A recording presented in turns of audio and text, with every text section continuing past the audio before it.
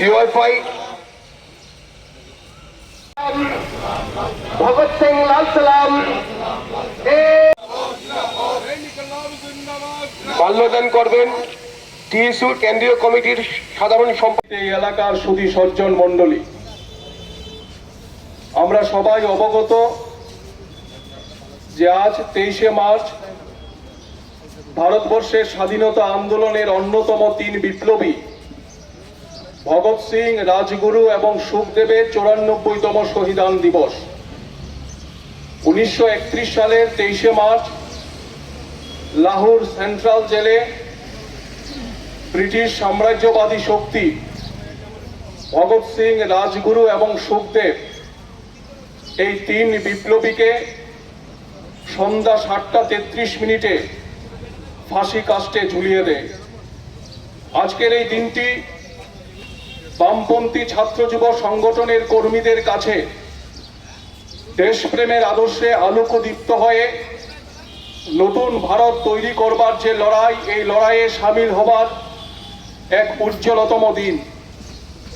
আমরা জানি যে ভগৎ সিং, রাজগুরু, সুখদেবের মতো অসংখ্য বিপ্লবী ব্রিটিশ সাম্রাজ্যবাদের বিরুদ্ধে লড়াইয়ে সামিল হয়েছিলেন।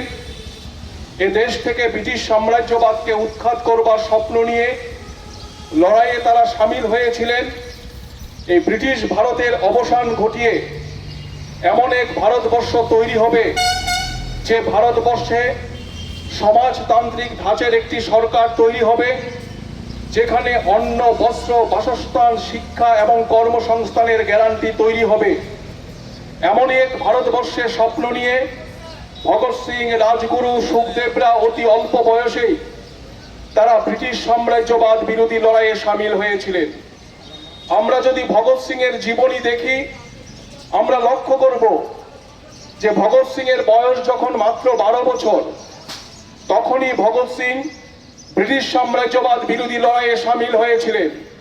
এবং বিশেষ করে তৎকালীন সময়ে জালিয়ানওয়ালাবাগে শিখদের উপর যে ভয়ঙ্কর হত্যাকাণ্ড সংগঠিত হয়েছিল, যে হত্যাকাণ্ডের ফলে প্রায় 20,000-এর বেশি মানুষের প্রাণহানি ঘটেছিল, এই ঘটনা ভগৎ সিংকে দারুণভাবে দাগ কেটে যায়। এবং স্কুলে পড়ার সময় ভগৎ সিং এই জালিয়ানওয়ালাবাগ হত্যাকাণ্ডের যে ঘটনা যেখানে সংগঠিত হয়েছিল, সেখানে ছুটি গিয়ে এই হত্যাকাণ্ডের স্থান থেকে মাটি সংগ্রহ করে সেই মাটি বোতলের মধ্যে ভরে রেখেছিল এবং প্রতিদিন এই বোতলের সামনে দাঁড়িয়ে ভগৎ সিং শপথ গ্রহণ করত যে ব্রিটিশ সাম্রাজ্যবাদকে ভারতবর্ষের মাটি থেকে উৎখাত করতে হবে। তার পরবর্তী সময়ে আমরা জানি ভগৎ সিংরা বারে বারে এই অত্যাচারে ব্রিটিশ সাম্রাজ্যবাদের বিরুদ্ধে নানান পদ্ধতিতে, নানান কায়দায় তারা আক্রমণ সংগঠিত করে ব্রিটিশ সাম্রাজ্যবাদের ভিতকে তারা নাড়িয়ে দিতে সক্ষম হয়েছিল। আজকে আমাদের দেশ ভারতবর্ষ স্বাধীন হয়েছে, কিন্তু দুর্ভাগ্য আমাদের যে ভগৎ সিং, রাজগুরু, সুখদেবরা যে ভারতবর্ষের স্বপ্ন দেখেছিলেন, যে ভারতবর্ষের ছবি তারা দেখেছিলেন, সেই ভারতবর্ষ আজকে স্বাধীনতার এতগুলো বছর পেরিয়ে যাবার পর তৈরি হয়নি। আজকে ভারতবর্ষের মাটিতে ধর্ম এবং জাতপাতের নাম করে বিভাজনের রাজনীতি তৈরি করা হচ্ছে। সাম্প্রদায়িকতার নাম করে ভারতবর্ষের ছাত্র যুবদের যে মূল সমস্যা, কর্মসংস্থানের সমস্যা, শিক্ষার সমস্যা, এই সমস্যাগুলোকে আড়াল করে দেওয়ার জন্য চেষ্টা করা হচ্ছে। আজকে আমাদের ভারতবর্ষের মাটিতে কোটি কোটি বেকার, তারা প্রতিদিন কাজের জন্য চিৎকার করছেন, কিন্তু দেশের সরকার তাদের জন্য কর্মসংস্থানের ব্যবস্থা করতে পারছেন না।